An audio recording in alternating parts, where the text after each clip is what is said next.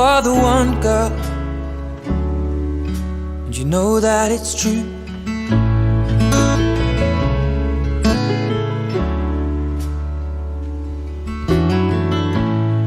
I'm feeling younger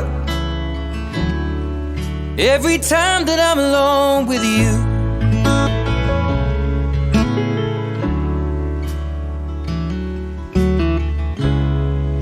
We were sitting in a parked car, stealing kisses in the front yard. We got questions we should not ask, but how would you feel?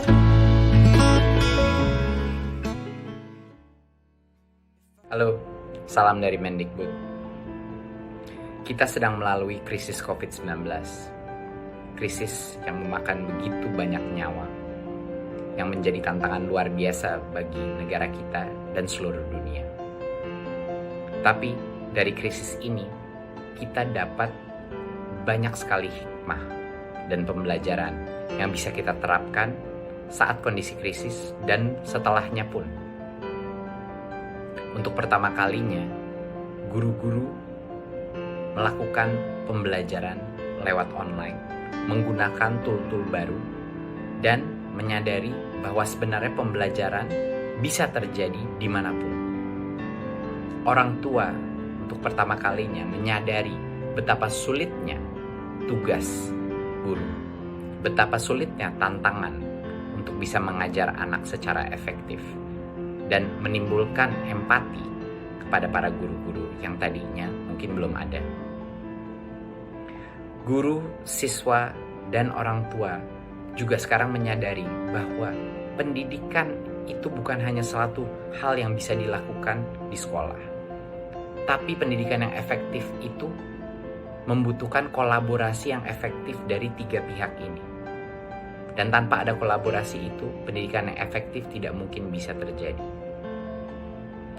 Kita sebagai masyarakat juga belajar mengenai betapa pentingnya kesehatan, betapa pentingnya kebersihan, dan betapa pentingnya norma-norma kemanusiaan di dalam masyarakat kita. Timbulnya empati, timbulnya solidaritas di masyarakat kita pada saat pandemi COVID-19 ini merupakan suatu pembelajaran yang harus kita kembangkan bukan hanya di masa krisis ini, tapi pada saat krisis ini sudah berlalu. Belajar memang tidak selalu mudah, tapi ini saatnya kita berinovasi. Ini saatnya kita bereksperimentasi. Inilah saatnya kita mendengarkan hati nurani kita dan belajar dari COVID-19 agar kita menjadi masyarakat dan bangsa yang lebih baik di masa depan. Terima kasih. Assalamualaikum warahmatullahi wabarakatuh. Assalamualaikum warahmatullahi wabarakatuh. Selamat pagi, salam sejahtera untuk kita semua. Anak-anak siswa-siswi SMP 53 Batam, khususnya siswa kelas 8 dan kelas 9. Pada hari ini Bapak akan menyampaikan bagaimana cara mendaftarkan akun Belajar ID ke Classroom dan bagaimana cara menggunakan Classroom yang terbaru. Mungkin anak-anak masih bingung apa itu akun Belajar ID. Akun belajar.id adalah akun yang diberikan gratis oleh Kementerian Pendidikan untuk siswa, yang mana akun ini memiliki banyak kelebihan. Salah satunya adalah memiliki kapasitas penyimpanan tak terbatas. Jadi berapapun penyimpanan di Google Drive-nya tidak ada batasannya, dan ada kelebihan-kelebihan lain yang diberikan dari akun ini. Untuk itu nanti siswa akan diberikan oleh wali kelasnya masing-masing, terutama wali kelas lamanya. Mungkin bagi siswa yang belum diaktifkan akunnya bisa mengaktifkan sendiri. Bagi siswa yang sudah diaktifkan oleh wali kelasnya, ya nanti tinggal login saja. Untuk loginnya nanti akan Bapak sampaikan. Baiklah, langsung saja. Bagaimana cara mengaktifkan atau login akun Belajar ID, didaftarkan ke HP-nya? Langkah yang diberikan, silakan disimak baik-baik, nanti silakan diikuti. Ya, jadi yang perlu Bapak sampaikan, akun belajar ide ini nanti akan diberikan wali kelasnya. Tunggu saja, nanti wali kelasnya akan memberikan ke siswanya, wali kelas selamanya. Ya, salah satu cara untuk mendaftarkan akun tadi, kita harus memasukkan ke daftar akun di HP kita. Ya, caranya ya setiap HP hampir sama caranya, tinggal diikutin saja. Silakan masuk ke pengaturan HP. Dari pengaturan HP nanti silakan pilih atau cari yang menu yang namanya akun. Ini akun mungkin setiap HP beda-beda namanya, tapi biasanya ada tulisan sinkron akun atau akun dan sebagainya. Setelah masuk akun, silakan pilih Google.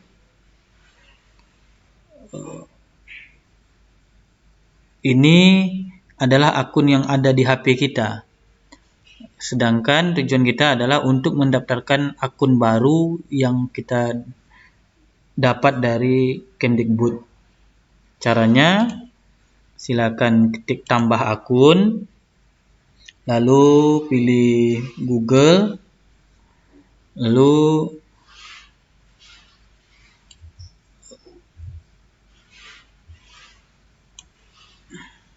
silakan masukkan akun atau email yang diberikan oleh wali kelasnya. Bapak contohkan satu siswa kelas 8A.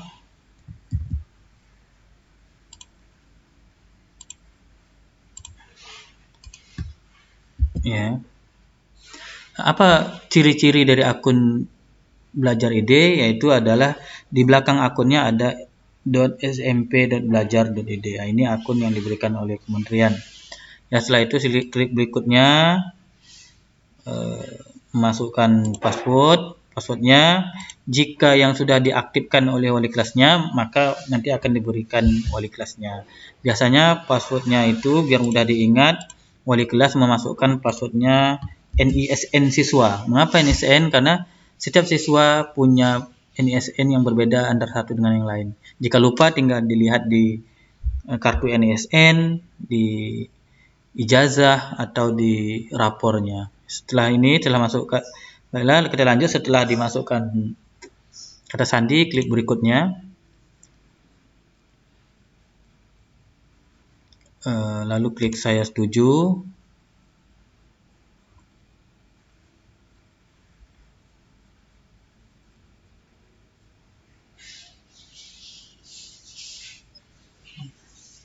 Oke. Jika sudah seperti ini, berarti kita sudah berhasil memasukkan akun baru ke dalam HP kita. Untuk melihatnya, kita klik tadi di Google. Apakah akun kita itu sudah terdaftar atau belum di HP kita? Oke. Kita ulangi.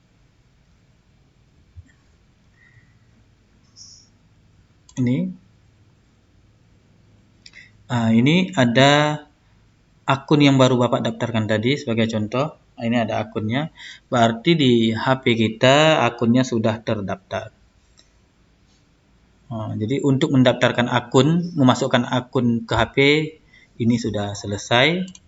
Silakan keluar. Selanjutnya adalah memasukkan akun tadi ke Classroom. Ya, caranya ya anak-anak semuanya sudah punya Classroom. Silakan diklik Classroom-nya.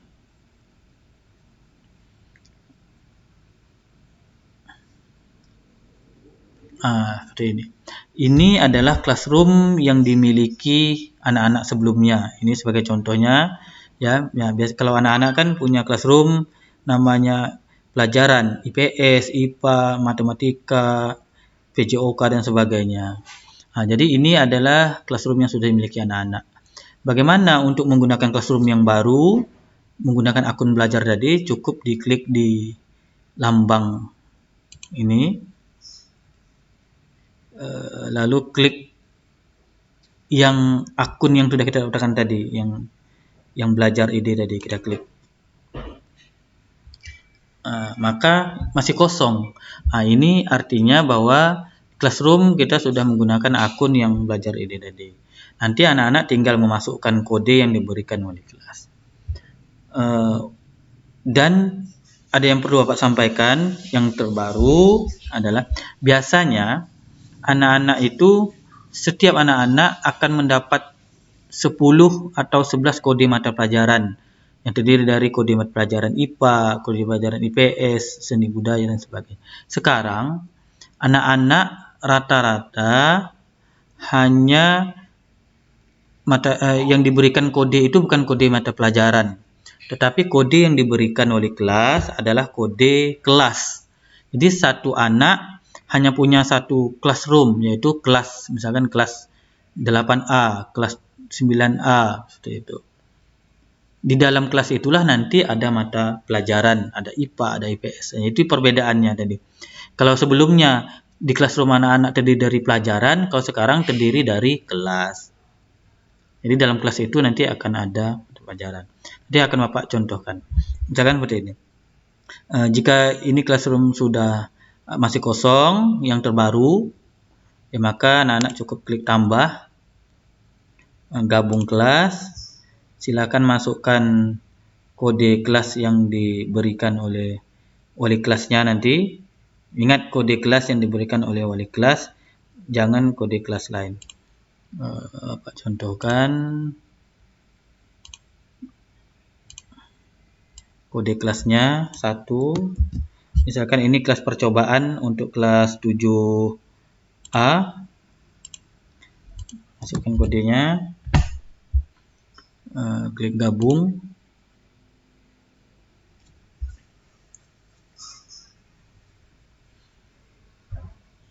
Oke, sekarang kita bisa melihat bahwa di dalam kelas ini hanya ada satu kelas, yaitu kelas, contohnya percobaan kelas 7A. Contohnya kelas 7A. Jadi di sini hanya ada satu kelas 7A. Di dalam kelas 7A ini lah nanti ada pelajarannya. Kita klik tugas. Di dalam kelas 7A inilah ada pelajaran SBK, PJOK, IPA, matematika, nanti ada IPS, ada semua mata pelajaran, ada 10 atau 11 mata pelajaran semuanya. Jadi di dalam inilah siswanya bekerja. Ya, Bapak contohkan. Bagaimana cara kerjanya? Cara kerjanya berbeda dengan sebelumnya. Jika sebelumnya siswa itu di kelas ini hanya banyak ada IPA, IPS, dia buka satu persatu. Kalau sekarang dia cukup buka hari Senin misalkan pagi. Di jadwal mata pelajarannya pagi adalah pelajaran SBK misalkan. Pagi jam 8 SBK, Senin jam 8 SBK. Maka dia cukup klik kelasnya, lalu klik tugas kelas. Misalkan hari Rabu misalkan ya, SBK, nanti akan nampak postingan hari Rabu 13 Juli 2021, diklik. Nanti di dalam inilah ada petunjuk pengerjaan tugasnya, apa yang diperintahkan oleh guru, misalkan absensi, mendownload soal, mengerjakan tugas. Ikuti perintah yang diberikan guru ini. Misalkan disuruh mengisi absen, ya silakan diklik absennya. Untuk mendownload soal, silakan diklik download soal. Cara kerjanya sama seperti yang biasa, cuma berbedanya kalau yang biasa siswa itu di dalam classroom-nya ada banyak kelas, ada banyak mata pelajaran, tetapi kalau ini hanya ada satu kelas yang di dalam kelasnya ada mata pelajaran.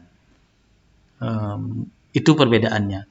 Nanti sambil proses pembelajaran, ya siswa diharapkan bisa memahami proses ini secara perlahan. Bapak yakin ini lebih mudah karena tidak banyak kelas. Paling nanti yang berbeda adalah jika misalkan ini kelas 7A, nanti mungkin ada mata pelajaran tertentu yang menggunakan classroom untuk penyerahan tugas. Misalkan di pelajaran-pelajaran tertentu. Misalkan contohnya matematika. Dia ingin punya classroom penyerahan tugas ya. Nanti ada namanya tugas classroom tugas matematika.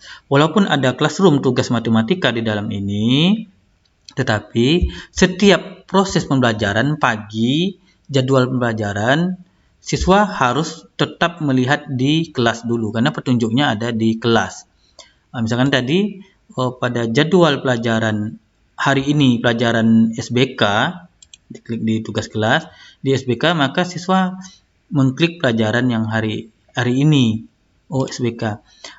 Nanti silakan dibaca perintahnya. Jika perintahnya disuruh mengirimkan tugas ke classroom penugasan SBK, ya silakan. Yang paling penting siswa harus melihat ini dulu, informasi yang ada di sini.